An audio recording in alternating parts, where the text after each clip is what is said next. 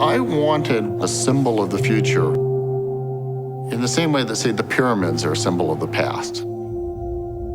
I wanted to build something that gave us that sense of connection. And that's how I started thinking about the clock. My name is Danny Hillis, and I'm building a clock that will last for 10,000 years.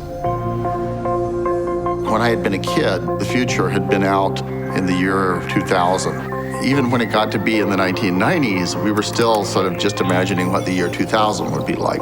It was almost as if the future had been shrinking my entire life. Danny Hillis sent around an email that he wanted to build a clock that would last 10,000 years. What? 10,000-year clock? Why? Danny had been building some of the fastest supercomputers in the world. He was pretty much the golden boy of MIT. Everybody wanted to do things faster and faster and faster. I needed to slow down, stretch out, think on a different time scale. Any engineer, of course, wants to build something that lasts, but that doesn't mean it's easy to build. How do you make rolling elements that last for 10,000 years? The clock is built out of gears and levers and things that Galileo would have understood. One of the ways we keep the clock accurate is to synchronize it to the sun. That requires a lens like this big around out of course.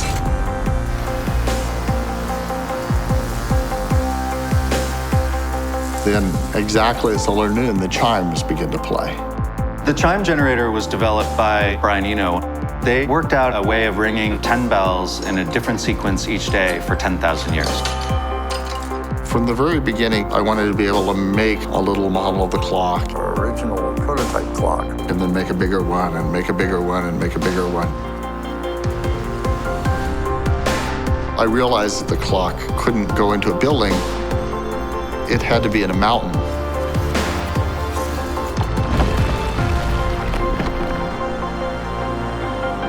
In trying to design a 10,000-year clock, we're invested in generational thinking and hoping to kind of answer the question, are we being good ancestors?